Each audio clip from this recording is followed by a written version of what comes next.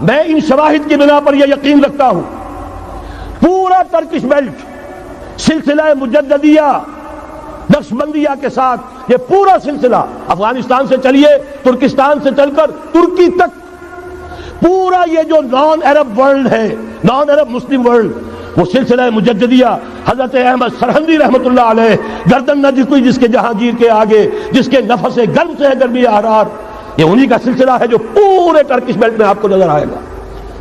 پھر شاہ ولی اللہ جیسا مفکر. بہرحال یہ تمام شواہد ہیں اور میرے لیے تو سب سے بڑے شواہد جو ہے اب وہ احادیث دیکھیے جو حضور نے بیان فرمائی.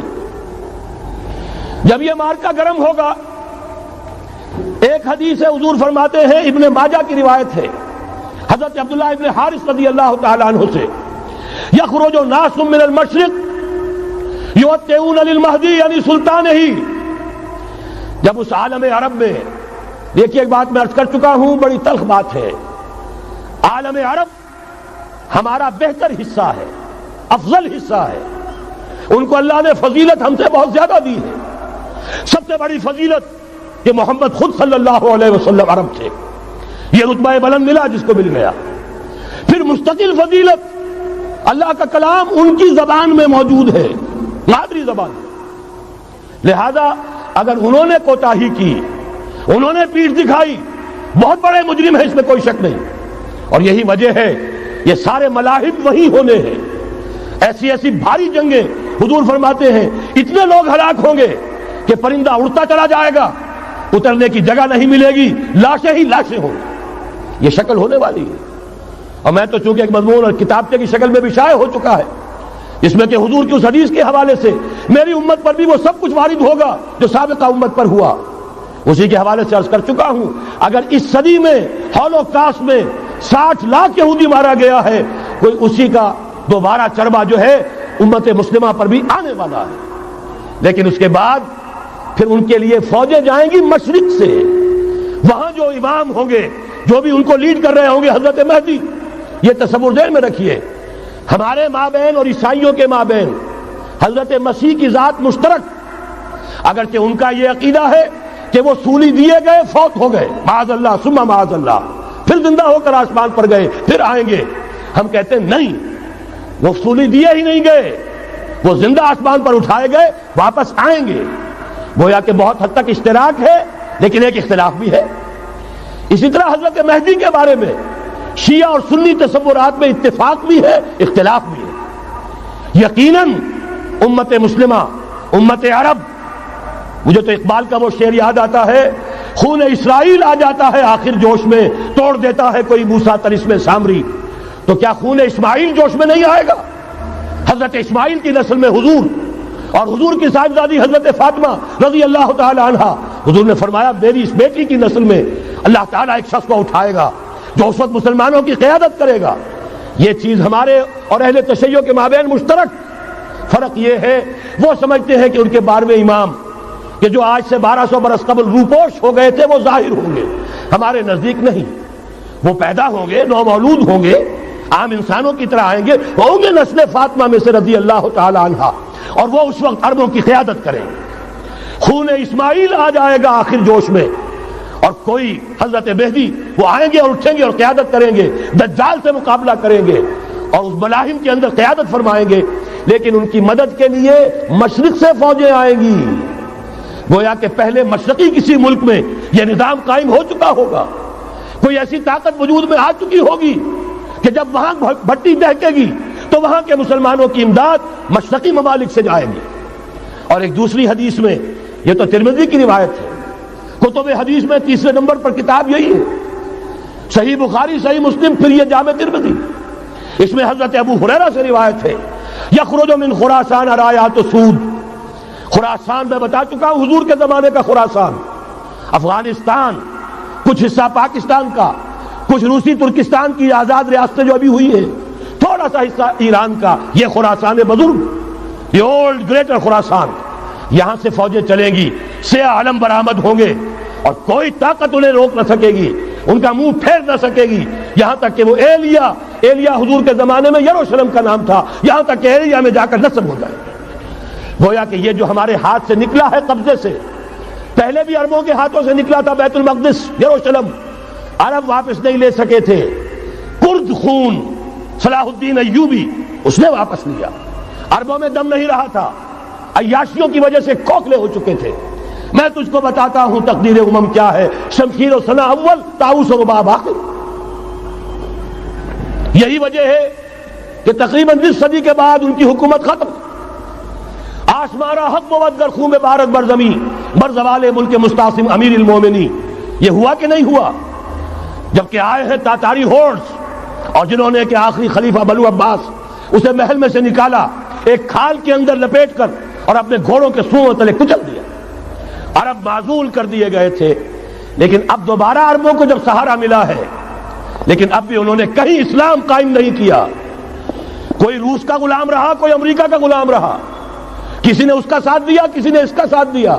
تہذیب ہے تو مغربی، تمدن ہے تو مغربی، وضع میں تم ہو نصارہ تو تمدن میں ہنود۔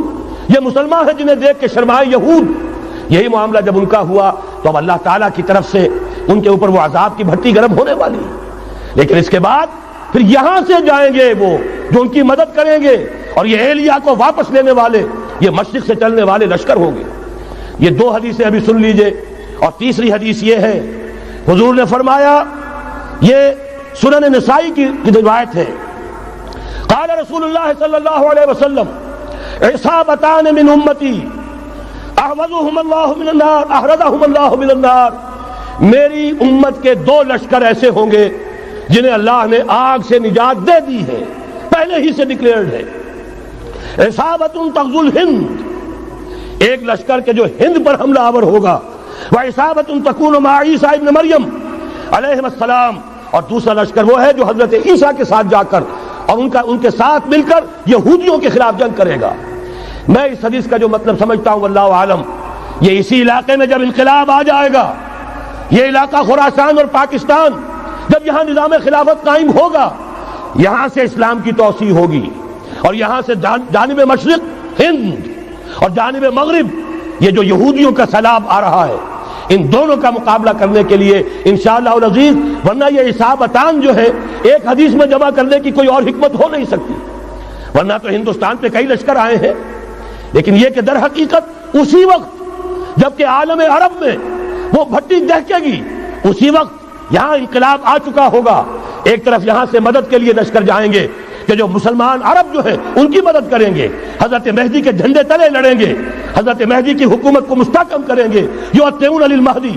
دوسری طرف وہ ہندوستان کی طرف پیش قدمی کریں گے، اور یہیں سے جیسے اس وقت سیلاب نکلا تھا جزیرہ نما عرب سے، ایک داہنی طرف ایک بائیں طرف، ایران، افغانستان، ترکستان، ادھر مصر، لیبیا، الجزائر، مراکش، باریتانیہ، اسی طریقے سے انشاءاللہ اسی علاقے سے اس کا آغاز ہوگا اور بات آگے بڑھے گی۔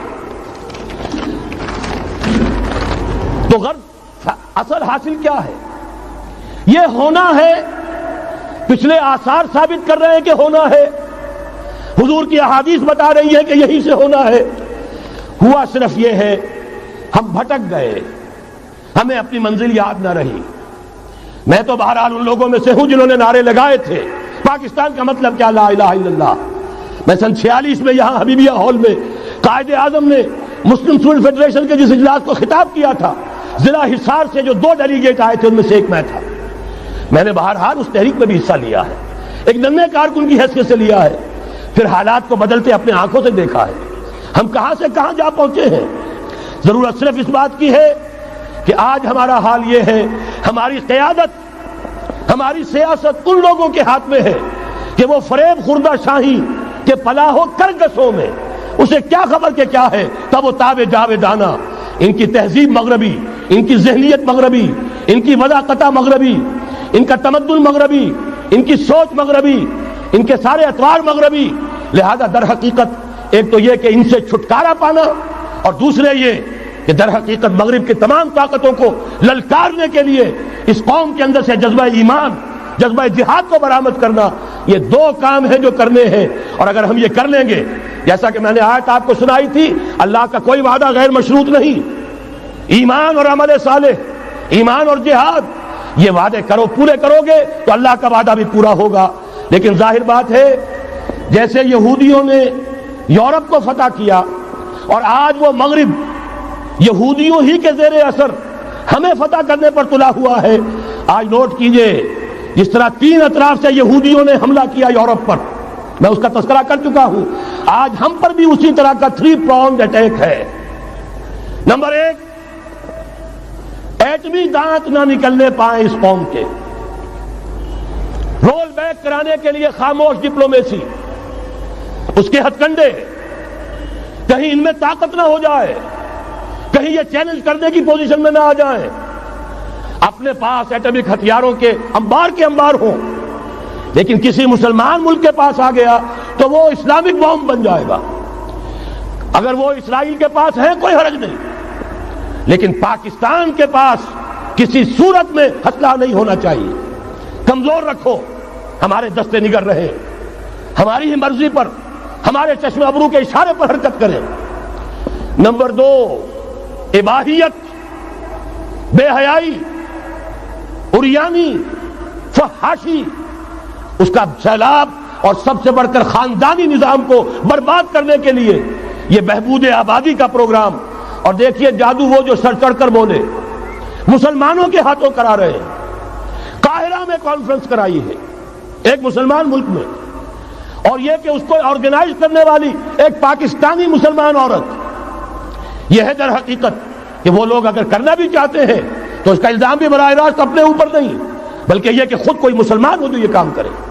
اب جو سیلاب آئے گا، جس کے لیے مدد بھی دی جا رہی ہے، اس سے ہمارے سارے بندے حیا ٹوٹ کر رہ جائیں گے، خاندانی نظام درم برم ہو کر رہ جائے گا۔ جو ابھی تک اللہ کا شکر ہے کہ ہمارے ملک کے اندر انٹیکٹ ہے کچھ اوپر کا طبقہ جو بالکل ہی مغربی تہذیب میں رنگا گیا ہے، ورنہ ہمارے ہاں خاندان کا نظام ابھی انٹیکٹ ہے۔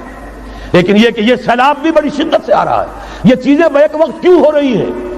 اور تیسرا اور سب سے زیادہ سٹل وار، سب سے زیادہ یوں سمجھیے کہ جو لطیف، جو کہ ایک طرح کا احسان جتایا جا رہا ہے، ڈالروں کی اب یلغار۔ اب یہاں پر امریکی سرمایہ، ڈالر چاہے مشرق سے آئے چاہے مغرب سے آئے، وہ یہودیوں کا اعلی کار ہے۔ آپ نے اگر $1 نوٹ کا اگر کبھی نقشہ دیکھا ہو، اس کے اوپر جو سگنیا بنا ہوا ہے، جو نشان ہے، وہ کیا ہے؟ پیرامڈ، احرام مصر۔ یہ کن کے لیے اہمیت رکھتے ہیں؟ ہزارہا یہودیوں کا خون اور ان کی ہڈیاں ان پیرامڈز کے تلے دبی ہوئی۔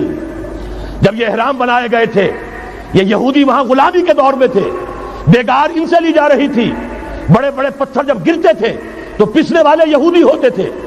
یہ ان کی اپنی جیسے ہولوکاسٹ، جیسے انہوں نے اس کو اپنا سمبل بنایا ہوا ہے، اسی طریقے سے پیرامڈ، مصر کا پیرامڈ، یہ گویا کہ ان کے اس زوال کا ایک نشان ہے۔ اور اس پر ایک آنکھ بنی ہوئی ہے، ایک آنکھ، کانے دجال کی آنکھ، وہ دیکھ رہی ہے۔ عجیب ہے یہ سمبل۔ نیچے لکھا ہوا ہے نووس آرڈو سکلورم، اور یہ در حقیقت 1776 جو نیچے لکھا ہوا ہے وہ رومن حروف کے اندر، یہ 1776 ہے جو میں بتا چکا ہوں، آرڈر آف ایلومیناٹی وساپ نے قائم کیا تھا۔ عام دنیا یہ سمجھتی ہے کہ شاید یہ امریکہ کا یوم آزادی ہے، سن آزادی ہے۔ 1 مئی، اس آرڈر آف ایلومیناٹی کی تاسیس 1 مئی کو ہوئی ہے۔ یہ 1 مئی جو منایا جاتا ہے، دھوکہ یہ دیا گیا ہے کہ یہ شکاگو کے جو مزدور ہیں ان کی یادگار ہے۔ حقیقت میں یہ 1 مئی اور 1776 آرڈر آف دی ایلومیناٹی کی تاسیس کی تاریخ ہے۔ یہ تمام معاملہ سمجھ لیجئے۔ ڈالر در حقیقت ہم نے ابھی تازہ ندائے خلافت میں نعیم صدیقی صاحب کی نظم شائع کی ہے، 45 برس بلکہ شاید اس سے بھی زیادہ عرصے کی پرانی نظم ہے جو ہم نے شائع کی ہے۔ ڈالر میرے اس دیش کو ناپاک نہ کرنا، اور میں تو انہیں داد دیتا ہوں، جو کچھ انہوں نے، شاعر کہتے ہیں اس کو جو صاحب شعور ہے، اس صاحب شعور نے جو مشاہدہ کیا ہے کہ ڈالر آئے گا تو کیا آئے گا ہمارے ہاں، اس کے پوری داستان اس تازہ ندائے خلافت میں ہم نے نہ معلوم کہاں سے اس کو کھود کر نکلوایا ہے۔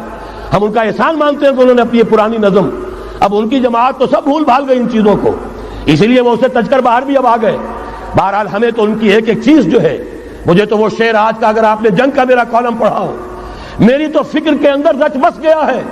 پاکستان کے بارے میں جب کہا تھا، اے آندھیو سنبھل کے چلو اس دیار میں، امید کے چراغ جلائے ہوئے ہیں ہم، ہماری امیدوں کے چراغ ہے یہ، اسلام کا گہوارہ بننے والی ملک ہے یہ، اس کو ہم نے قائم کیا تھا اسلام کے لیے۔ یہ آندھیاں نہ چلیں، اس ملک کو ہم نے اسلام کے چراغ جو ہے ہم نے اس میں روشن کیے ہوئے ہیں، اے آندھیوں سنبھل کے چلو اس دیار میں، امید کے چراغ جلائے ہوئے ہیں ہم۔ بہرحال یہ تیسرا سیلاب ہے، ننگی سرمایہ داری، جس کی پھر لعنتیں ہوتی ہیں، ایک طرف فقر، ایک طرف احتیاج، ایک طرف بھوک، ایک طرف دولت کے انبار۔ پہلے بھی ہمارے ہاں فرق کم نہیں ہے، لیکن اب جو ہوگا اگر یہ بات پوری ہو گئی تو وہ ننگی سرمایہ داری، اور سرمایہ داری ہی در حقیقت یہود کا سب سے بڑا ہتھ کنڈا ہے۔ یہ بینکنگ کا نظام، یہ سارا کا سارا سودی نظام، یہ آئی ایم ایف، یہ ورلڈ بینک، یہی تو ان کے سب سے بڑے ادارے ہیں۔ تو واقعہ یہ ہے کہ تین طرف سے ہم پر حملہ ہو رہا ہے۔ اور یہ سود کے بارے میں کیا کہا تھا اقبال نے؟ ادربا آخر چمی زائد فتن، اس سود کے ام الخبائث کے پیٹ سے سوائے فتنوں کے اور کیا برآمد ہو سکتا ہے؟ کس نہ داند لذت قرض حسن، کسی کو قرض حسنہ کی لذت یاد نہیں رہی، بغیر سود کے قرض دو۔ تمہارے پاس فاضل رکھا ہوا ہے، کسی بھائی کو دو کہ وہ اپنی معاشی گاڑی کا پہیہ چلا لے، پھر اصل واپس لے لینا۔ اگر اتنی ہمت نہیں ہے کہ ان تصدقوا فهو خیر لکم، صدقہ ہی کر دو تو سب سے اچھا ہے، دے ہی ڈالو اپنا فاضل سرمایہ۔ یسألونک ماذا ينفقون قل العفو، مت رکھو اپنے پاس، یہ گندگی ہے۔ لیکن اگر بڑے ہی کم ہمت ہو تو کم سے کم قرض حسنہ دو، اپنی اصل رقم واپس لینا۔ کس نہ داند قرضت لذت قرض حسن، اضربا جاں تیرا دل چو خشت و سنگ، اس لیے کہ سود کے ذریعے سے انسان کے اندر تاریکی پھیل جاتی ہے، دل جو ہے اینٹ کے مانند، پتھر کے مانند سخت ہو جاتا ہے، کٹھور۔ ثم قست قلوبکم فہی کالحجارۃ او اشد قسوۃ، آدمی درندہ بے دندان و چنگ، اور انسان بغیر اس کے کہ بھیڑیوں والے دانت ہوں اور بھیڑیوں والے پنجے ہوں، بھیڑیا بن جاتا ہے۔ بہرحال اب کرنے کا کام کیا ہے اس کو سمجھیے۔ اس پوری صورتحال کا میں نے آپ کے سامنے نقشہ پیش کر دیا۔ ایک طرف مغرب سے نیو ورلڈ آرڈر، جو جیو ورلڈ آرڈر ہے، اس وقت کی سپریم پاور آن ارتھ امریکہ کی سرپرستی میں بڑی تیزی کے ساتھ حملہ آور ہے۔ دوسری طرف وَمَكَرُوا وَمَكَرَ اللَّهُ وَاللَّهُ خَيْرُ الْمَاكِرِينَ، اللہ کو پامردی مومن پہ بھروسہ، ابلیس کو یورپ کی مشینوں کا سہارا۔ اللہ تعالیٰ نے اسرائیل کا توڑ پاکستان قائم کیا، اللہ تعالیٰ نے اس کے لیے 300 برس کی تاریخ، اس کی تمہید میں مجددین امت یہاں پیدا کیے، یہاں قرارداد مقاصد پاس کرا دی 20ویں صدی عیسوی کے وسط میں، کہ اکبر نام لیتا ہے خدا کا اس زمانے میں، بینک انٹرسٹ کو ربا، سود حرام قرار دیا۔ یہ سارے شواہد ہیں۔ اب ضرورت صرف ایک بات کی ہے، ایک زبردست عوامی تحریک اٹھے۔ یہ عوامی تحریک کیسی ہو؟ نمبر ایک، فرقہ واریت سے بلند ہو۔ یہ فرقہ واریت جو اس وقت بہت بڑا فتنہ بن گیا، جس کی کشیدگی بڑھتی چلی جا رہی ہے، اس کے اندر اگر ہم قوم کے حیثیت سے اگر ملوث ہوتے چلے گئے، آخری تباہی آ جائے۔ فرقہ واریت سے بلند، سیاسی کشمکش سے بلند، یہ سیاسی کشاکش، یہ حزب اختلاف، حزب اقتدار، اس سے بلند، اس سے کوئی بحث نہیں، کوئی دلچسپی نہیں۔ علاقائیت یا لسانی قومیت، اپنے دنیاوی حقوق کی فکر مت کرو، بلکہ آخرت کی فکر کرو، اور یہاں اس کی اصل منزل خلافت کے نظام کی فکر کرو۔ ان تمام چیزوں کو پورا کرتے ہوئے یہاں پہ نظام خلافت قائم کیا جائے، یہ ہے واحد علاج۔ اور اسی کے لیے للکارنے کے لیے، اسی کے لیے دعوت دینے کے لیے ہم نے اس تحریک خلافت پاکستان کا آغاز کیا۔ تنظیم اسلامی نے اپنے لیے ہدف معین کیا ہے، نظام خلافت علی منہاج النبوہ کا قیام، پہلے پاکستان میں اور پھر کل نوع عرصی پر۔ اب میں چند منٹوں میں آپ کو بتاؤں گا کہ وہ نظام ہے کیا۔ دیکھیے، اس موضوع پر میں پاکستان کے تقریباً تمام بڑے شہروں میں اکثر جگہ 3 دن 2 گھنٹے کی تقریر کر چکا ہوں۔ سیاسی نظام کیا ہے، معاشی نظام کیا ہے، سماجی نظام کیا ہے، خلافت اب قائم ہوگی، جو بہرحال 1400 برس قبل کی خلافت اور آج کی خلافت، وقت کے دریا میں بہت سا پانی گزر گیا ہے، اصول وہی کے ہوں گے، فنڈامنٹل وہی کے ہوں گے، تفصیلی خاکہ بنے گا اس زمانے کے تقاضوں کے مطابق۔ تو میرے وہ تقریریں ویڈیو کی شکل میں، آڈیو کی شکل میں، اردو میں، انگریزی میں، شکاگو میں 20 گھنٹے کا پروگرام پچھلے سال ریکارڈ کرا کے آیا۔ اللہ کا فضل ہے کہ وہ پھیل رہا ہے معاملہ۔ اب مغرب میں اذان خلافت بلند ہو رہی ہے، اس کا تذکرہ میں بعد میں کروں گا۔ بہرحال وہ تو تفصیلی بات ہے یہاں میں چند منٹوں میں صرف الجبرا کے اصولوں کی طرح چند باتیں بتا رہا ہوں. جو بھی آپ کا آج نظام ہے 3 شرطیں پوری کر دیجئے وہ خلافت بن جائے گا سیاسی اور دستوری اعتبار سے. نمبر 1 حاکمیت اللہ کی، اور اللہ کا شکر ہے یہ ہم کر چکے. اللہ جزائے خیر دے جنہوں نے محنت کی تھی، اللہ جزائے خیر دے جنہوں نے وہ تحریک اٹھائی تھی مطالبہ دستور اسلامی، اور پھر جنہوں نے مدد کی تھی، اللہ تعالیٰ انہیں جزائے خیر دے. بہرحال وہ اب ہمارے دستور کا حصہ ہے. حاکمیت اللہ کی. البتہ اگلا قدم ہم آج تک نہیں اٹھا سکے. اس حاکمیت کا ظہور کیسے ہوگا؟ آپ کے دستور میں یہ طے کر دیا جائے کتاب و سنت ہر شے سے بالا تر ہے، دستور سے بھی بالا، عدالتی قوانین سے بالا، پارلیمنٹ سے بالا، سینٹ سے بالا، صدر سے بالا، سپریم کورٹ سے بالا، ہائی کورٹ سے بالا، ہر شے سے بالا کتاب و سنت. جب تک یہ نہیں ہوتا قرارداد مقاصد کی حیثیت ایسی ہے کہ جیسے آپ سینما ہال کے اوپر آگے جو ہے قرآن مجید کا کوئی کتبہ لگا دے، اس کے سوا کچھ نہیں. یہ بھی غنیمت ہے کہ قرارداد مقاصد پاس ہوئی. اصل شرط یہ ہے کتاب و سنت کی ٹوٹل بالادستی. اور یہ بڑی کڑوی گولی ہے. عوامی تحریک جب تک نہیں چلے گی، لوگ جب تک اپنی خون کی ندیاں نہیں بہا دیں گے، یہ کڑوی گولی حلق سے اترنے والی نہیں. یہ IJI کی حکومت میں نہیں اتری، اسلام کے نام پر اقتدار میں آئے، اسلام کے نام پر ISI نے IJI بنوائی، اسلام کے نام پر انہیں ووٹ ملے، 2/3 کی اکثریت ملی. اس کے باوجود شریعت کی بالادستی کا ایکٹ، شریعت کی بالادستی کی دستور کے اندر ترمیم پاس نہیں کرائی گئی. معلوم ہوا اوپر زبردست کا ٹھینگا ہے، امریکہ کے سب پرستار ہیں، سب ڈرتے ہیں، سب کے لیے سب کو نظر آتا ہے بالآخر جو ہے اسی کے پاس جانا ہوگا، چاہے وہ نواز شریف ہو اور چاہے وہ بے نظیر ہو. ایک کھلم کھلا ہے، اور اب تو میں کہتا ہوں نواز شریف بھی کھلم کھلا ہے. آج کے اس دور میں انہوں نے اسلام کا نام کبھی نہیں لیا، اس سے تو بالکل تائب. بس صرف فرق یہ رہ گیا ہے بے نظیر کھلم کھلا بھی مذاق اڑا لیتی ہے اسلامی صداؤں کا، اسلامی قوانین کا. یہ اس پر ذرا خاموش ہے. لیکن یہ کہ اپنی تحریک میں ہمارے بہت سے جو سیاسی قائدین ہیں مسلمانوں کے، کتنے بیانات آپ نے پڑھے ہوں گے، ذرا اسلام کا نام لے دے ہم ساتھ ہو جائیں گے. مولانا سمیع الحق صاحب کا بیان آیا، ذرا اسلام کی بات کرے تو ہمارے اور بہت سے علماء اور ہمارے طارق صاحب جو ہے انہوں نے بھی کہا کہ میں ہم ساتھ آ جائیں گے. لیکن یہ کہ بڑا پکا ثابت ہوا نواز شریف اسلام کا نام نہیں لیا. یہ بات جان لیجئے، یہ اس کے بغیر، قربانی کے بغیر اصل یہی منزل ہے، اصل کٹھن یہی ہے. یہ کتاب و سنت کی بالادستی، اس کو قبول کرنا، اختیار کرنا، یہ بغیر عوامی تحریک کے، بغیر قربانیوں کے ممکن نہیں ہوگا. بہرحال دوسری بات یہ، اور تیسری بات، کسی غیر مسلم کو نظام خلافت میں قانون سازی میں شریک نہیں کیا جا سکتا. جس قانون کی بنیاد کتاب و سنت، جو نہ کتاب کو مانے نہ سنت کو مانے، اس کا اس ملک کی قانون ساز اسمبلی میں جانے کا مطلب کیا ہے؟ ان کی علیحدہ اسمبلیاں ہوں، ان کے جو حقوق ہیں مائنورٹیز کی حیثیت سے ان کی گارنٹی دی جائے، ان کی جان، مال، عزت، آبرو کا پورا تحفظ، ان کی پوری مذہبی آزادی، ان کی عبادت گاہوں کی پوری ضمانت ان کی حفاظت کی، ان کا پرسنل لا ہو، سب کچھ ہوگا. قانون سازی میں غیر مسلم شریک نہیں ہو سکتا. نظام خلافت کی اعلیٰ ترین سطح کی پالیسی بنانے میں غیر مسلم شریک نہیں ہو سکتا. یہ معاملات ہمیں، یہ کڑوی گولیاں ہیں، لیکن صرف 3 گولیاں ہضم کر لیجئے، یہ نظام خلافت کا نظام بن جائے گا.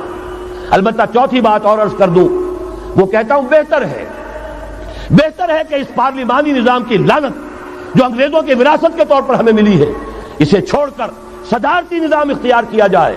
وہ صدارتی نظام جو نظام خلافت سے قریب تر ہے، انہوں نے ہم سے لیا ہے. اقبال نے کہا ہے، ہر کجا بینی جہان رنگ و بو، زاں کے از خاکش برو یا دارزو، یا ضرور مصطفیٰ اورا بہاش، یا ہنوز اندر تلاش مصطفیٰ. اگر کوئی اچھائی ان کے پاس ہے وہ نور مصطفیٰ سے مانگی ہوئی ہے. یہ خلافت کے نظام کا چربہ ہے. ایک شخص کو منتخب کرو، اب اسے اختیار دو، اس کے ہاتھ کھلے رکھو، اسے کام کرنے دو. ہاں، امپیچمنٹ کا نظام ہو، غلط ہو تو اسے سیدھا کرنے کا نظام ہو. اس کے لیے آپ امپیچمنٹ کا نظام آج کی جو امریکہ کی حکومت ہے اس میں بھی ہے. اور کیسا ہے کہ ذرا سا اندیشہ ہوا تھا اور نکسن صاحب جو بھاگ کھڑے ہوئے تھے. تو میرے نزدیک صدارتی نظام اور چھوٹے صوبے، یہ بڑے بڑے صوبوں کی ضرورت نہیں ہے. چھوٹے صوبے ہوں، لوگوں کو سہولتیں ہوں، ہر علاقے کے لوگوں کو معلوم ہو کہ ہمارے معاملات ہمارے اپنے ہاتھ میں ہیں، ان کے اندر کوئی احساس جو ہے محرومی کا پیدا نہ ہونے پائے. اس لیے کہ وہی چیز ہے جو سیاہی گھول دیتی ہے. کون سیاہی گھول رہا ہے وقت کے بہتے دریا میں؟ یہ ساری سیاہیاں جو سندھ میں گھل رہی ہیں، بلوچستان میں گھل رہی ہیں، سرائکی کے علاقے میں گھل رہی ہیں، ان سب کا علاج ہے چھوٹے صوبے بناؤ. لیکن یہ چیزیں خلافت کی شرائط میں سے نہیں ہیں. بہتر بات ہے، دنیاوی اعتبار سے بہتر بات ہے، انتظامی اعتبار سے بہتر بات ہے.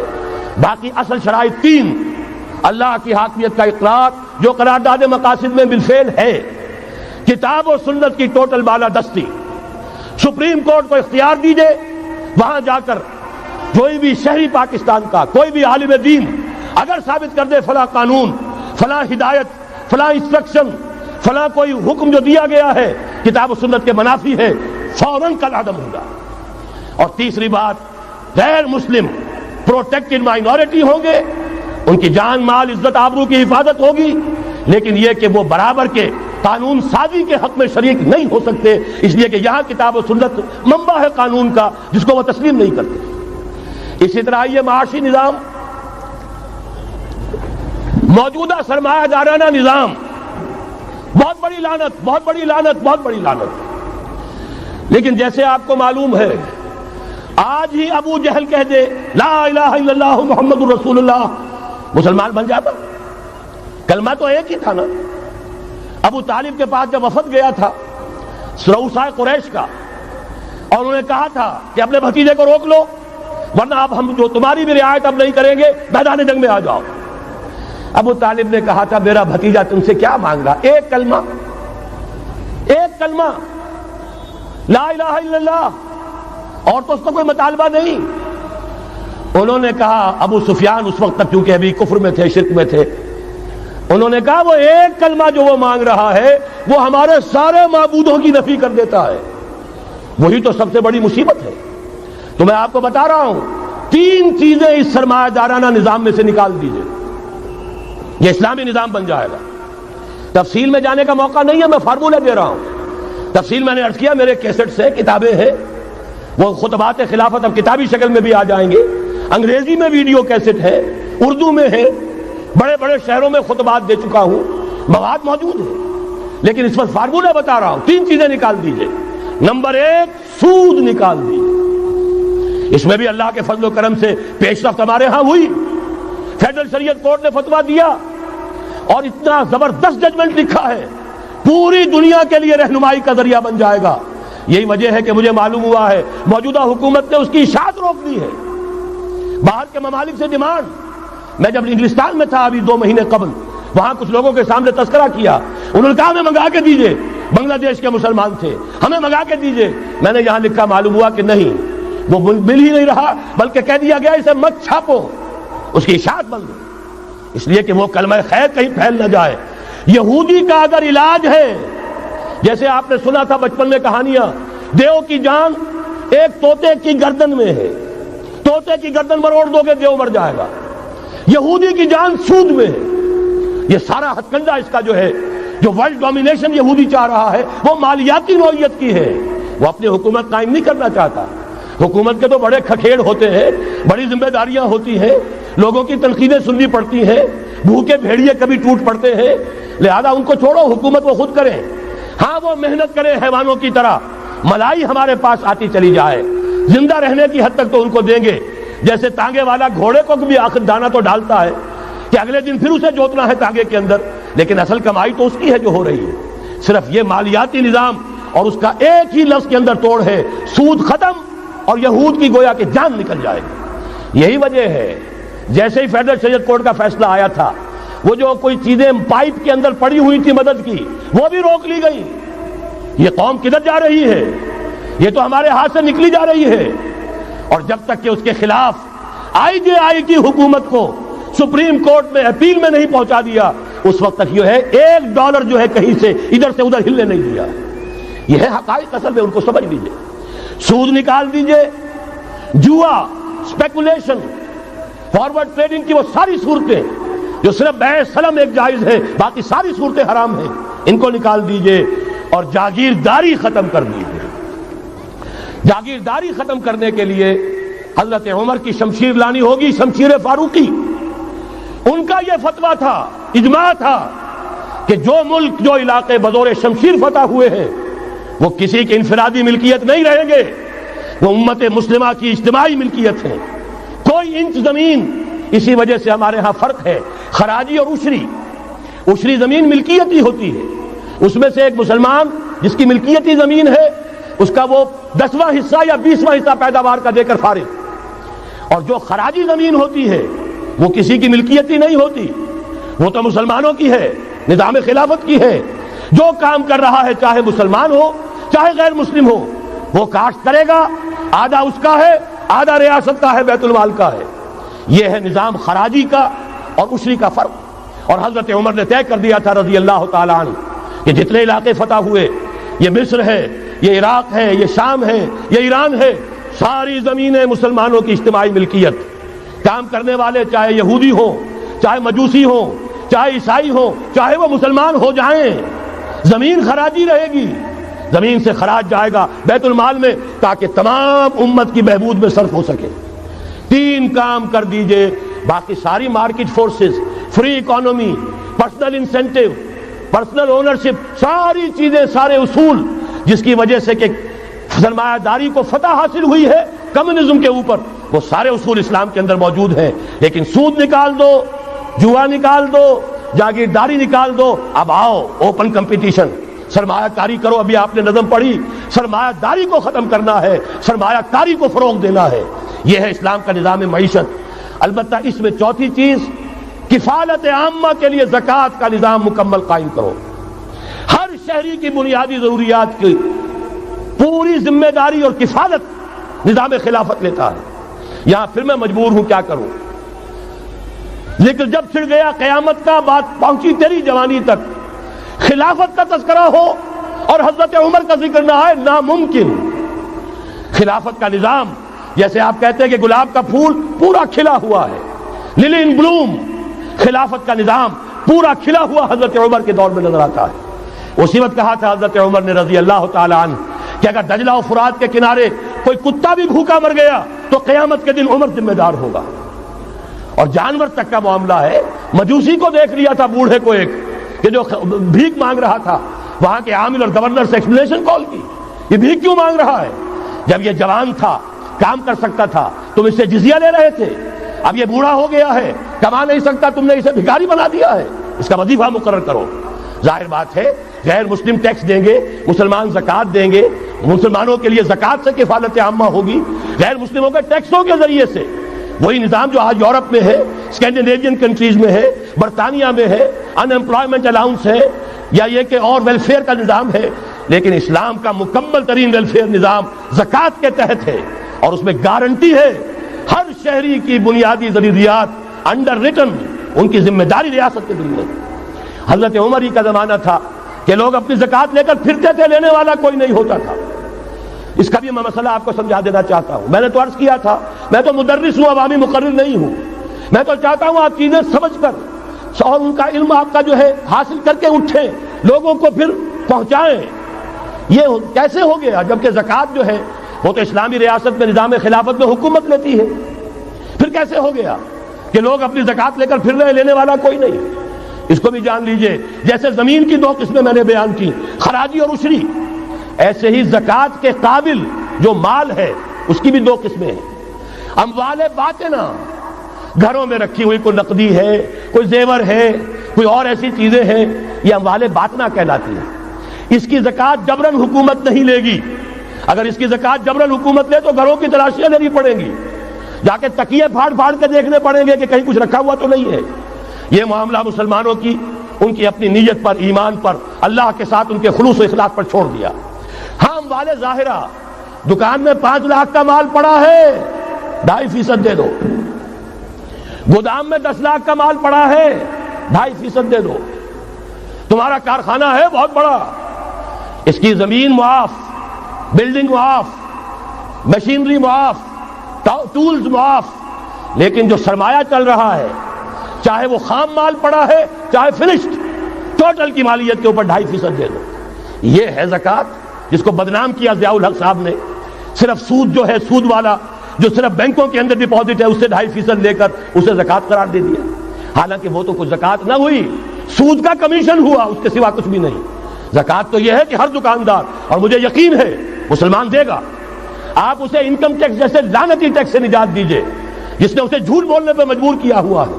یہ لعنتی ٹیکس ہے در حقیقت کہ جس نے ہر شخص کو جھوٹا بننے پر مجبور کر دیا ہے. ان کو ختم کریں. زکوٰۃ تو مسلمان اپنے ایمان کے تقاضے پر دے گا، اور وہ دے گا اور خوشی سے دے گا.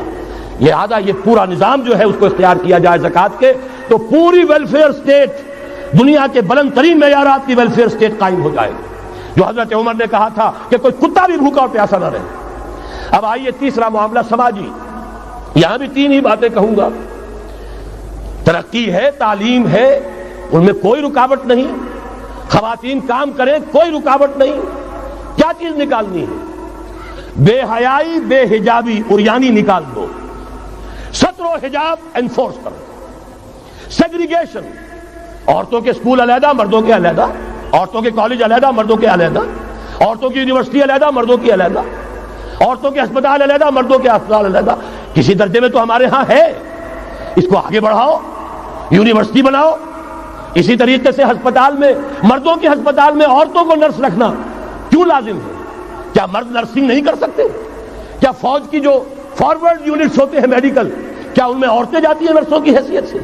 جہاں اصل ضرورت ہوتی ہے، کسی کا بازو اڑ گیا ہے، کسی کی ٹانگ اڑ گئی ہے، کسی کا پیٹ چاک ہو گیا ہے، آنتیں باہر ہے، بڑی ٹینڈر نرسنگ کی ضرورت ہے، وہاں تو عورت نہیں جاتی، وہاں تو میل نرسز ہے. تو مردانہ ہسپتالوں میں مردوں کو نرس رکھو، زنانہ ہسپتالوں میں عورتوں کو نرس رکھو. عورتیں مریض ہوں، عورتیں ڈاکٹر ہوں، عورتیں جو ہے نرسنگ کریں. وہاں کی انتظامیہ بھی عورتوں کو دیجیے. پھر یہ ہے کہ ساری پرائمری ایجوکیشن عورتوں کو دے دیجیے.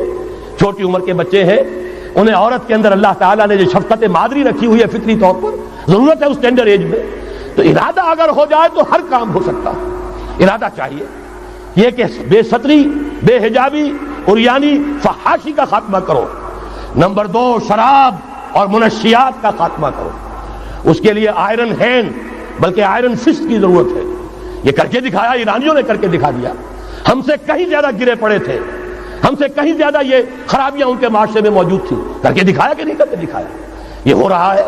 لہذا یہ کہ یہ کام کیا جائے، اور زنا اور قذف کے جو اصل اللہ تعالیٰ کی طرف سے، اللہ کے رسول کی طرف سے جو سزائیں ہیں اور حدود اور تعزیرات ہیں ان کو نافذ کیا جائے. یہ 3 چیزیں کر دیجئے، یہی معاشرہ ہوگا.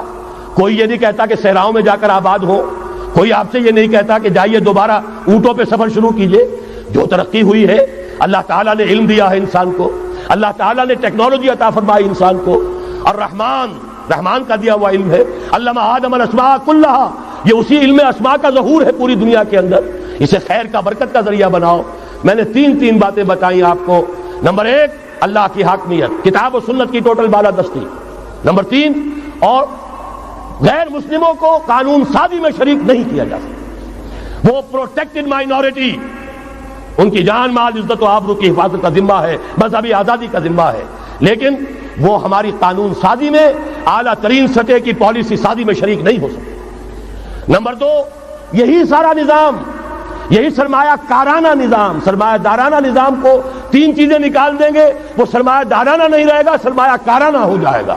یہ سرمایہ کارانہ نظام، سود نکال دو، جوا نکال دو، جاگیرداری ختم کر دو، یہی رحمت ہو جائے گی. اللہ کی ربوبیت عامہ، ربوبیت کاملہ کے آپ کو منظر نظر آئیں گے.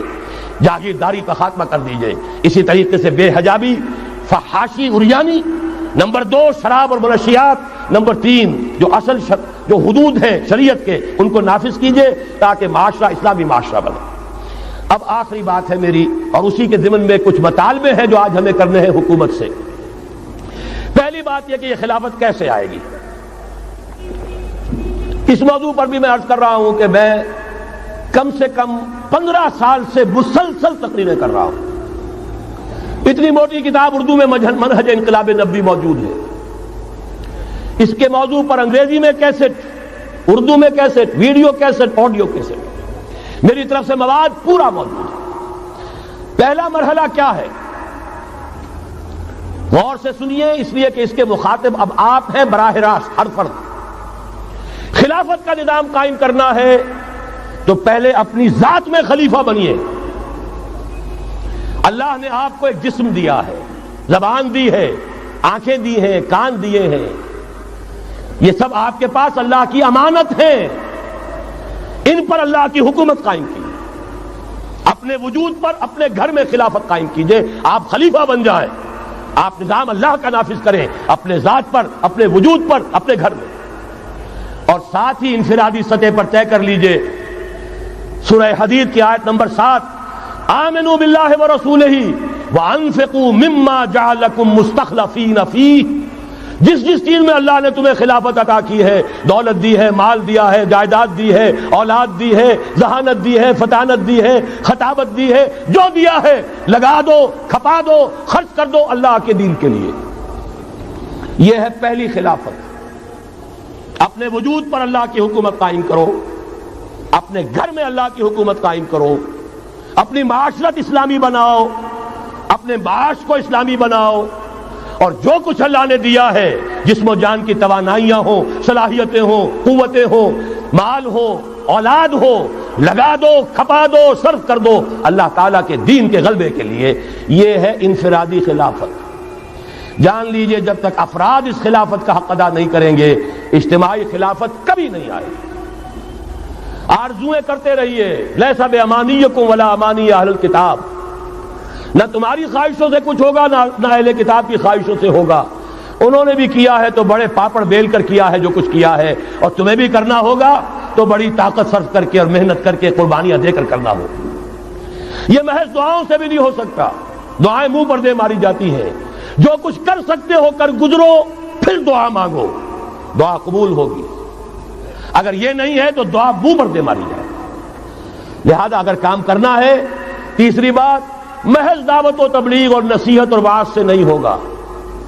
اگر محض دعوت اور تبلیغ اور تعلیم اور تربیت اور وعظ اور نصیحت سے ہو جاتا تو حضور صلی اللہ علیہ وسلم مسلمان تو کجا کسی کافر کے خون کا ایک قطرہ زمین پر نہ گرنے دیتے۔ آپ سے زیادہ رؤوف اور رحیم کون ہوگا؟ لیکن آپ نے بھی ہاتھ میں تلوار لی ہے۔ وانزلنا الحدید، ہم نے لوہا اتارا ہے، فیہ باس شدید، اس میں جنگ کی صلاحیت ہے، ومنافع للناس، لوگوں کے لیے اور فائدے بھی ہیں، توا پر ہاتھ پھکنی چمٹا بھی بنا لیتے ہو، لیکن اصل میں یہ ہے جنگ کے اسلحہ کے لیے، اور یہ تمہیں اس لیے دیا گیا وَلِيَعْلَمَ اللَّهُ مَن يَنصُرُهُ وَرُسُلَهُ بِالْغَيْبِ، کون ہے جو اس ہتھیار کو ہاتھ میں لے کر کھڑے ہوں اور اللہ اور اس کے رسولوں کی مدد کرے۔ اللہ اور رسول کی مدد سے مراد کیا؟ اس کا نظام خلافت قائم۔ تو محض دعوت و تبلیغ سے نہیں ہوگا، اور انتخابات سے تو بالکل نہیں ہوگا۔ یہ تو یوں سمجھیے کہ واقعہ یہ ہے کہ اگر آپ مجھ سے پوچھیں، سب سے بڑا صدمہ جو مجھے ہے، سب سے بڑا صدمہ وہ ان مذہبی جماعتوں کے کردار کی وجہ سے ہے جنہوں نے اس ملک میں آ کر سیاست کی کشاکش اور انتخابی سیاست کے اندر اپنا سارا وقت، ساری توانائیاں ضائع کر دی۔ کچھ حاصل نہیں ہوا، گھٹی میں ایسا پڑ گیا ہے، کچھ چسکے ایسے لگ گئے ہیں، کچھ وی آئی پی ٹریٹمنٹ، میں نے بھی 2 مہینے مزہ چکھا اس لیے جانتا ہوں۔ اللہ تعالیٰ جو ہے اس طرح کے تجربات کرا دیتا ہے، ورنہ کیسے اندازہ ہو؟ وی آئی پی علیحدہ اتر رہے ہیں، آپ کے لیے گاڑی آپ کے بالکل دروازے پر کھڑی ہوئی ہے، سیڑھی سے اترے آپ جہاز کے اور گاڑی موجود ہے، یہ ساری وی آئی پی ٹریٹمنٹ مل رہا ہے، اور یہ کوریڈورز آف پاور میں گھومنا پھرنا، ان جاگیرداروں کے ساتھ بیٹھنا، ان کے سے ولیمے کرنا، ان کے سے ٹھاٹ، ظاہر بات ہے ان کے ولیموں میں جائیں گے تو انہیں بھی بلائیں گے، ویسے ہی کرنے پڑیں گے، پھر لاکھوں کروڑوں آپ بھی خرچ کریں گے۔ یہ ساری لعنتیں جو آئی ہیں مذہبی جماعتوں کے اندر، یہ صرف اس انتخابی سیاست کی وجہ سے۔ میں بڑے صدمے سے عرض کر رہا ہوں، واقعہ یہ ہے میرے نزدیک اس ملک میں اسلام کے نہ آنے کا پہلا مجرم مسلم لیگ نہیں ہے، پہلی مجرم وہ جماعتیں ہیں جنہوں نے اپنا سارا وقت انتخابی سیاست میں اور اقتدار کی کشاکش میں صرف کر دیا۔ مسلم لیگ کا بہت بڑا احسان، قائد اعظم کا بہت بڑا احسان، انہوں نے آپ کو ملک لے دیا۔ اس سے زیادہ کا نہ ان کا دعویٰ تھا، نہ ان سے توقع ہو سکتی تھی۔ پیر جماعت علی شاہ نے یہ کہا تھا، میں ان کے قول کا بہت بڑا قائل ہوں، ان کی ذہانت اور فطانت کا۔ جب ان سے کہا گیا ہے رحمت اللہ علیہ کہ آپ اتنے بڑے، آپ مقتدا ہیں، مرشد ہیں، اتنی بڑی روحانی شخصیت ہے، ایک داڑھی مولے کے ہاتھ پر بیعت کر لی آپ نے، اشارہ تھا قائد اعظم کی طرف۔ حضرت پیر جماعت علی شاہ رحمۃ اللہ علیہ نے فرمایا بھائی میں نے اس کے ہاتھ پر بیعت نہیں کی، میرا تو مقدمہ ہے، ایک قومی مقدمہ ہے ہندو قوم کے ساتھ، اور مجھے اس مقدمے کے لیے ایسا وکیل چاہیے جس میں دو وصف موجود ہو، مہارت پوری ہو، قانون کو جانتا ہو، ماہر ہو، اور دوسرے یہ کہ بکنے والا نہ ہو۔ میں نے اپنے قومی مقدمے کے لیے وکیل کیا ہے محمد علی جناح۔ ظاہر بات ہے 100% بات صحیح، اور ان کے اس کردار کو دشمنوں نے مانا، نہرو نے، گاندھی نے، ان کے بڑے بڑے دشمنوں نے مانا۔ یہ شخص جو کہتا ہے he means what he says، یہ جو کہتا ہے وہی اس کے دل میں ہوتا ہے، اس کے ہاں کوئی ہیر پھیر نہیں ہے۔ بہرحال انہوں نے ملک لے دیا، یہ بہت بڑا احسان۔ آگے کام تھا رجال دین کا۔ رجال دین یا تو لگے رہے صرف اپنے مدرسوں میں اور خانقاہوں میں، تبدیلی کا احساس ہی نہیں ہوا کہ کتنا بڑا انقلاب آ گیا ہے، اب ہم انگریزی دور میں نہیں ہیں، اب یہ ایک مسلمانوں کی حکومت بن گئی ہے، اب تو توانائی ہونی چاہیے اس کو اسلامی بنانے کے لیے۔ اور جو جماعتیں چلی گئی انتخابات میں، واقعہ یہ ہے کہ سب سے گھناؤنا کردار، اور اس ملک میں اسلام کے آنے میں جو بھی رکاوٹ رہی ہے، سب سے بڑا فیصلہ کل رکاوٹ کا معاملہ ان مذہبی جماعتوں کا کردار۔ اس سے ہٹ کر کیا کرنا ہے، میں نے عرض کیا پہلے، اور یہ میں آپ سے کہہ رہا ہوں، خدا کے لیے سوچئے، آج کی رات جا کر سوچئے، خلیفہ بننا ہے اپنی ذات میں، اپنے وجود پر خلافت قائم کیجئے، اپنے گھر میں خلافت قائم کیجئے، توبہ کیجئے اللہ کی جناب میں، یا ایھا الذین آمنوا توبوا الی اللہ توبۃ نصوحا، بڑے خلوص کے ساتھ توبہ کیجئے، اپنی معاشرت کو، معیشت کو درست کیجئے، اور یہ کہ اپنا تن من دھن، ان صلاتی و نسکی و محیای و مماتی للہ رب العالمین، اس کا فیصلہ کیجئے۔ یہ پہلا مرحلہ ہے بڑا کڑوا، بڑا بھاری، لیکن یہ بھی میں آپ سے عرض کر دوں، جو ارادہ کر لے اس کے لیے بہت آسان، اللہ تعالیٰ کی مدد آتی ہے۔ تم کرو ہمت، توفیق ہم دیں گے، تم کرو فیصلہ، تحصیل ہماری طرف سے ہوگی، آسانی ہماری طرف سے ہوگی۔ فَسَنُيَسِّرُهُ لِلْيُسْرَىٰ، آسانی کے لیے آسان کرتے چلے جائیں گے۔ جو پہاڑ نظر آتے ہیں شروع میں، معلوم ہوتا پہاڑ نہیں، ریت کے ٹیلے تھے، ہمارے قدموں تلے بکھر کر رہ گئے ہیں۔ کر کے دیکھیے، ارادہ کیجئے، عزم کیجئے، طے کیجئے، ان صلاتی و نسکی و محیای و مماتی للہ رب العالمین، اور میرے پاس جو کچھ ہے وہ میرے خدا کا ہے، مجھے اسی کے لیے صرف اپنی زندگی کا تار برقرار رکھنے کے لیے جو ناگزیر ضرورت ہے وہ پوری کرو، باقی لگا دو، کھپا دو۔ آمنوا باللہ ورسولہ وانفقوا مما جعلکم مستخلفین فیہ، جس چیز میں خلافت دی ہے خرچ کر دو۔ دوسرا مرحلہ، یہ خلفاء، ابھی انصاری صاحب نے وہ آیت آپ کو سنائی تھی، ثم جعلناکم خلائف، خلائف جمع ہے خلیفہ کی، ہر مسلمان خلیفہ ہے، یہ سمجھ لیجیے اچھی طرح۔ وہ تو صرف یہ ہے کہ جیسے یہ جو کافرانہ نظام ہے جمہوریت کا، جو مادہ پرستانہ انسانی حاکمیت کی بنیاد پر، اس میں بھی ہر شہری حاکم ہوتا ہے، اپنے ووٹ کے ذریعے سے وہ اپنی حاکمیت کا اختیار منتقل کرتا ہے، وہ نمائندہ بن کر آتا ہے، گویا کہ انہوں نے اپنی حاکمیت ڈیلیگیٹ کی ہے اس شخص کو، اس صدر کو، چاہے وہ بش تھا اور چاہے وہ کلنٹن ہے، ورنہ حاکمیت تو پاپولر ہے، عوام کی ہے۔ اسلام میں خلافت عوام کی ہے، لیکن عوام مسلمان جو اللہ کو ماننے والے ہیں ان کی خلافت ہے، اور ان کی خلافت پہلے وہ اپنی ذات میں خلیفہ بنیں گے، پھر اپنی خلافت کا ایک حصہ ایک خلیفہ کو منتقل کریں گے۔ جب تک خلافت نہیں ہوتی ایک جماعت کے امیر کو منتقل کریں گے وہی حصہ۔ علیکم بالجماعہ، طاقت بنو، قوت بنو، علیکم بالجماعہ، ید اللہ علی الجماعہ، اللہ کی تائید، اللہ کی نصرت، اللہ کی طرف سے برکت جماعت پر آتی ہے، افراد پر نہیں آتی۔ جمع ہو جاؤ۔ حضرت عمر نے تو جو اثر نقل فرمایا وہ آخری درجے کا ہو سکتا ہے، لا اسلام الا بالجماعہ، ولا جماعہ الا بالامارہ، ولا امارہ الا بالسماع، ولا سماع الا بالاطاعہ۔ اسلام ہے ہی نہیں جماعت کے بغیر، اور جماعت نہیں ہے امارت کے بغیر، امارت بغیر اس کے بغیر نہیں ہو سکتی کہ ان کا حکم سنو، اور سننے کا کچھ حاصل نہیں جب مانو نہ۔ اسی لیے فرمایا آمرکم بخمس، مسلمانوں میں تمہیں 5 باتوں کا حکم دے رہا ہوں، اللہ امرنی بہن، اللہ نے مجھے ان کا حکم دیا ہے، بالجماعت والسمع والطاعت والہجرت والجہاد فی سبیل اللہ۔ تفصیل میں جانے کا موقع نہیں۔ دوسرا مرحلہ جماعت، ہم نے اسی اصول پر تنظیم بنائی، ہم نے اسی لیے اس کی بیعت کا نظام قائم کیا۔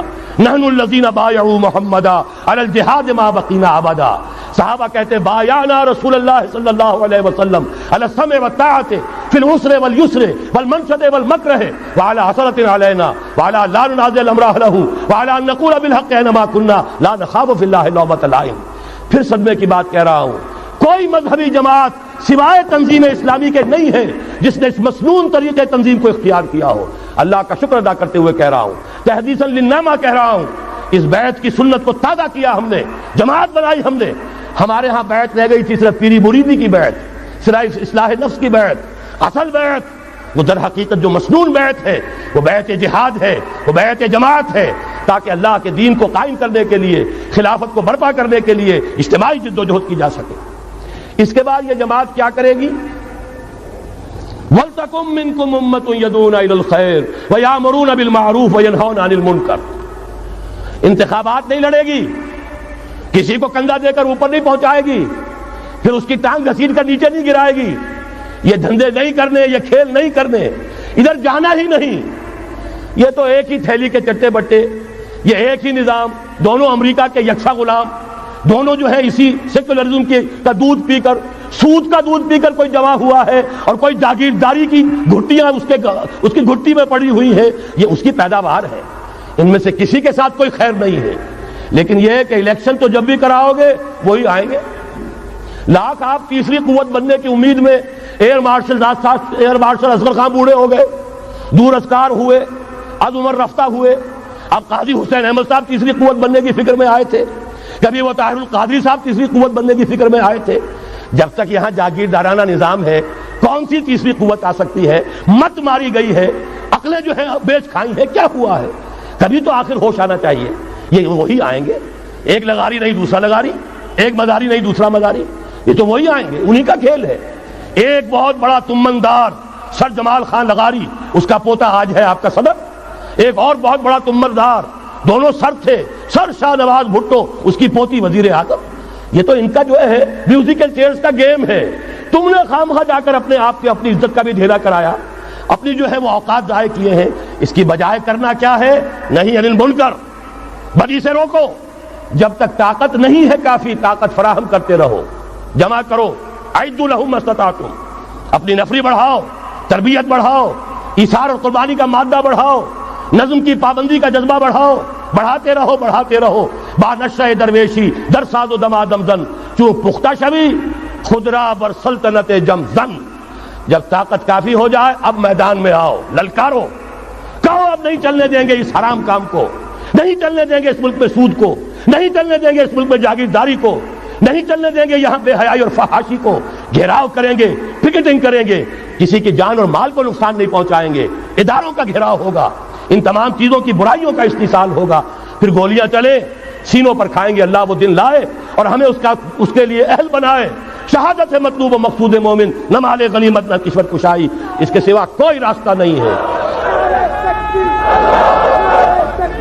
اس کے بغیر جو بھی خواب دیکھتا ہے جنت الحمقاء میں رہتا ہے، یا اپنے آپ کو دھوکہ دے رہا ہے، یا دوسروں کو دھوکہ دے رہا ہے، اور کوئی امکان نہیں ہے۔ ایک ہی راستہ ہے۔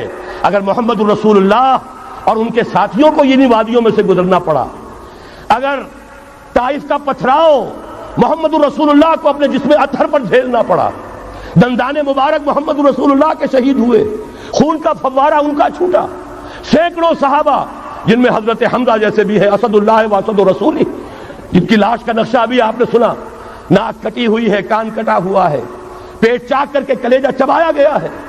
حضور کو جو صدمہ ہوا ہے، مدینے جب واپس گئے ہیں، انصار کے گھروں سے عورتوں کے بین کرنے کی آوازیں آئیں، اس وقت تک حرمت نہیں ہوئی تھی، اور عربوں کا رواج تھا جیسے ہمارے ہاں دیہات میں جس طرح خواتین نوحے کرتی ہیں، بین کرتی ہیں، اس وقت تک وہاں ان کے ہاں بھی رواج تھا، تو وہاں ہو رہا تھا۔ 70 صحابہ شہید ہوئے تھے۔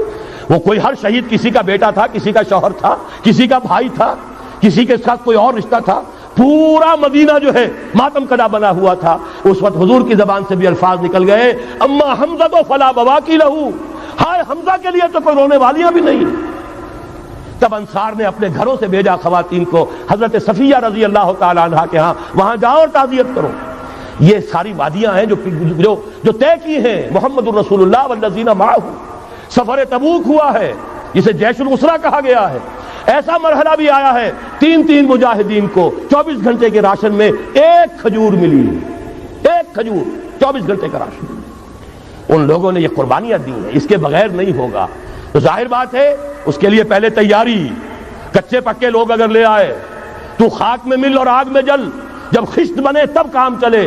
ان خام دلوں کے عنصر پر بنیاد نہ رکھ، تعمیر نہ کر۔ یہ تو پختگا خام ہے، جب تک تو ہے مٹی کا ایک انبار تو، پختہ ہو جائے تو ہے شمشیر بے زنہار تو۔ وہ پختہ ہو جائیں، اب ٹکر مول لو، آگے بڑھو، للکارو، آنکھوں میں آنکھیں ڈالو، باطل کا مقابلہ کرو، اس کے استحصال کے لیے اپنی جانیں قربان کر دینے کو سب سے بڑی کامیابی سمجھو۔ یہی واحد راستہ ہے، اس کے سوا جب وہ مرحلہ آ جائے گا، اللہ کرے کہ وہ آئے، اور میں اب اس وقت تو بیان نہیں کر سکتا، وقت بہت ہو گیا ہے۔ میری جو ایک کتاب چھپ چکی ہے سابقہ اور موجودہ مسلمان امتوں کے کا ماضی، حال اور مستقبل، آنے والی جو حالات ہیں ان کا ایک نقشہ میں نے بیان کیا جو احادیث نبویہ میں آیا ہے۔ میرا اندازہ یہ ہے کہ اب معاملہ زیادہ دور کا نہیں ہے، بلکہ ہمارے لیے تو نہ دور کا ہے نہ دیر کا ہے، انشاءاللہ یہیں سے ہوگا۔ بس صرف یہ ہے کہ فریب خوردہ شاہی اور بھٹکا ہوا آہو جو ہے اسے پھر اپنی منزل یاد آ جائے۔ کبھی بھولی ہوئی منزل بھی یاد آتی ہے راہی کو، اور بھٹکے ہوئے آہو کو پھر سوئے حرم لے چل۔ اس کے لیے وہ رہنمائی درکار ہے، آپ میں سے ہر شخص رہنما بن کر اٹھے، اس دعوت کا مبلغ بن کر اٹھے، جیسے کہ حضور نے اپنے خطبے کے آخر میں فرمایا تھا فَلْيُبَلِّغِ الشَّاهِدُ الْغَائِبَ۔ اب جو یہاں موجود ہیں وہ اپنا فرض سمجھیں کہ دوسروں کو پہنچائیں گے۔ اس حوالے سے یہ ہے کہ ہمارا لٹریچر، ہمارے ویڈیوز، آڈیوز، وہ ہم ہر میدان میں موجود ہے، چیزیں استعمال کیجئے۔ اب میں چند